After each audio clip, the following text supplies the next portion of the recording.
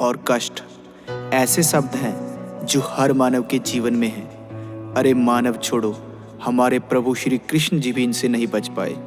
सारी गाथा सुनाने के लिए मेरा ये जीवन भी कम पड़ जाएगा और आपका सुनने के लिए। तो इस गीत के माध्यम से मैं तुम्हें कृष्णा जी के जीवन में आए कुछ कष्टों से अवगत कराता हूँ, जिनको सुन के तुम कहोगे, अरे हमारे कष्ट तो इनके आगे कुछ भी नहीं है, कुछ भी नहीं है।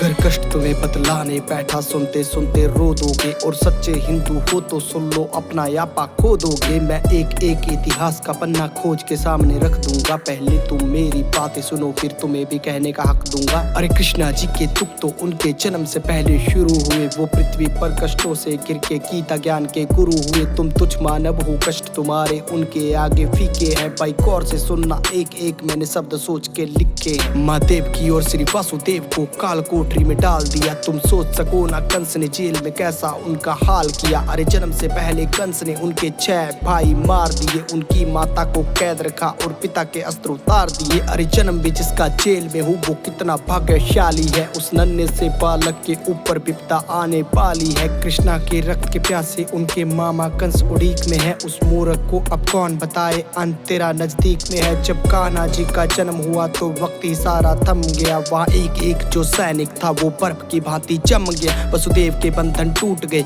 वो सच थे गोकुल जाने को। उनकी माता के पास समय ना एक भी आंसू बहाने को। माता कान्हा को पास में रखती कंस के हाथों मर जाते। पर गोकुल छोड़ के आने के लिए पिता के हाथ भी डर जाते। पर उनको मन समझाना पड़ा, कृष्णा को छोड़ के आना पड़ा। अभी जी भर के माँ देख न पाई, पुत्र को दूर ले जाना पड़ा। कान्हा को मरवाने के लिए माया जाल बिछाया था। कभी पूतना थी आई तो कभी बकासुर भी आया था।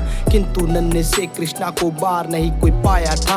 नागकालिया को यमुना से कृष्णा ने भगाया था। गोवर्धन पर्वत की पूजा की तो इंद्र रूठ गए। उसने आके अहंकार में रौद्र रूप दिखाया था। मूसलाधार वर्षा करके सब पे कहर बिठाया था। इंद्र के प्रकोप से फिर कान्हा ने बचाया था। जिस माँ ने जन्म दिया उससे बालपन में दूर हुए। जिसने पाला पोसा उसको छोड़ने पर मजबूर हुए। प्रेम राधा को किया तो उनसे प्यार ना हो पाया।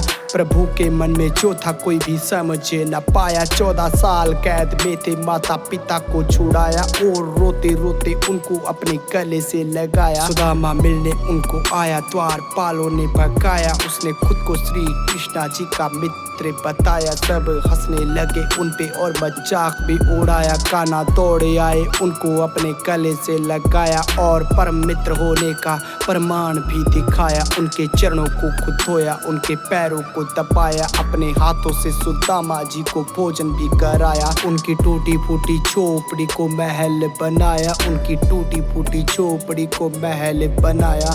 हाथों से सुदामा जी को भोजन भी कराया। 16,000 कन्या कैद में थी, उनको था छुड़ाया। नरकासुर को भी मारा, सबको उनके घर पहुंचाया। इतने साल किसके साथ में थी, सबने प्रश्न उठाया। और किसी भी कन्या को ना था किसी ने अपनाया। तब दुखी होके लौटी कन्या कृष्णा जी के पास। बोली, प्रभु हमको जिंदा रख लो, तुम हो अंतिम आस। सबके मान को बचाने खातिर उनसे प्यार रचाया। और द्वारका में लाए अधिकार भी दिलाया। द्रौपदी की लाज रखी, उसके मान को बचाया। भरी सभा में हो रहे वस्त्र हरण से बचाया। फिर स्त्री मर्यादा खातिर धर्म युद्ध रचाया। अर्जुन हुए जो भयभीत, उसको गीता ज्ञान सुनाया। तब जाके उसको अपना यथा रूप भी दिखाया। उसके हाथों सब पापियों का नाश भी करवाया। देके श्राप अश्वत्थामा को फिर अमर भी बनाया। अपना नाम देके बर्बरीक को खाटू श्याम बनाया। बीचों बीच समंदर में एक नगरी बसाई।